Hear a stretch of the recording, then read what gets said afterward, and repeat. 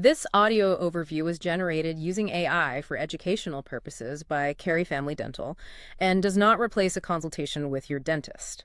So imagine a surgeon, operating on your knee, but their only map is this flat, shadowy photograph. That sounds like a complete nightmare, honestly. Right. But for decades, that is essentially how complex dental surgery was done. Today, though, we're doing a deep dive into the tech that basically killed that guesswork. Oh, absolutely. We're talking about dental cone beam tomography or CBCT.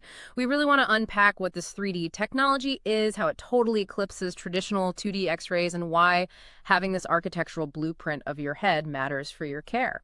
Yeah, and what is so fascinating about the shift to CBCT is that dentists are no longer just, relying on inferences. Yeah. When you're dealing with the intricate anatomy of the jaw, you really cannot afford to guess depth or rely on a distorted image. I mean, definitely not. Let's look at the actual mechanics here, because the name itself, cone beam, it kind of hints at how it differs from a standard medical CT scan, right? Exactly. A traditional CT uses a narrow, fan beam. Yeah. It takes multiple slices, which means more time and, a higher radiation dose. Which nobody really wants. Right.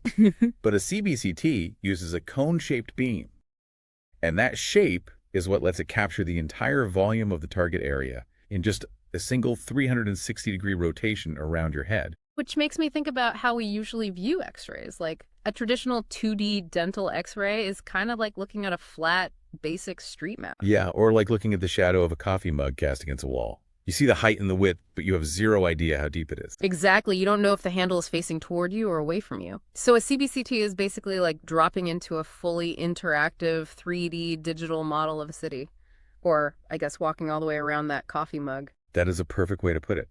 You finally understand the actual physical volume in space. And the best part is, from patient perspective, gaining that three-dimensional understanding doesn't mean lying down in some claustrophobic tube. Right, because medical MRIs and CTs can be super intense. They really can be. Yeah.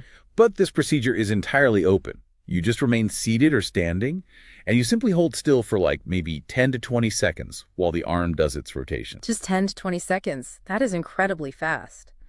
But, okay, since we've upgraded to this 3D model, it captures bone structure, soft tissues, delicate nerve paths, all at the exact same time. Isn't that intense level of detail just overkill for a regular checkup? It absolutely would be overkill for a routine checkup. If you just have a suspected cavity, you don't need this. Okay, that makes sense. Yeah, this level of imaging is really reserved for complex, high-stakes planning. Take a dental implant, for instance. The mandibular nerve runs right under your lower teeth. And obviously, you don't want to mess with that nerve. Exactly. If a dentist relies on a flat 2D shadow and places an implant just 1 millimeter too deep, it can cause permanent numbness in your lip or chin. Wow. So the CBCT basically acts as a depth sounder. The dentist knows the exact distance to that nerve before they even pick up a single tool. Right. The game has completely changed for oral surgery. It's used for safely removing impacted wisdom teeth, mapping complex root canals, or even evaluating jaw joints and your airway. Okay, but knowing this machine is taking 360 degrees of imagery, I have to ask about the biological cost here. Sure, the radiation exposure. Yeah. If we are trading a flat photograph for a high-definition 3D volume mapping of everything, my immediate assumption is a massive spike in radiation. It is a totally logical concern. The radiation profile is higher than a traditional biting X-ray, yes, but compared to a medical CT scan, it's just a fraction of the dose. Okay, but what does that mean in real terms? Well, to put the numbers into context, the radiation from a single dental CBCT scan is roughly equivalent to the background radiation you'd absorb during a 5-hour international plane flight. Wait, really? So flying from New York to London gives you about the same exposure as mapping your skull in 3D? Basically, yeah. The background radiation is highly comparable. However, standard medical protocols obviously still apply. Right, because any radiation is still radiation. Exactly. So these scans are generally not recommended for pregnant women. And there is a very strong emphasis on cautious use for children, like evaluating them before orthodontics. You only use it when the clinical benefit clearly outweighs that small risk. That makes a lot of sense. So once that quick scan is complete, all those volumetric data points are interpreted by your dentist, a specialist, or an oral radiologist to build a foolproof treatment plan. Which means the guesswork is just completely eliminated. Absolutely.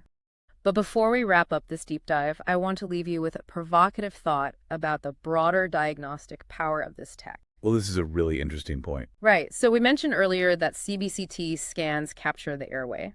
By measuring the exact volume and pinpointing the narrowest structural pinch points in your throat, could your dentist soon become the first line of defense in diagnosing broader systemic issues? Like sleep apnea, for example. Exactly. Could they spot that long before your primary care doctor even notices the symptoms?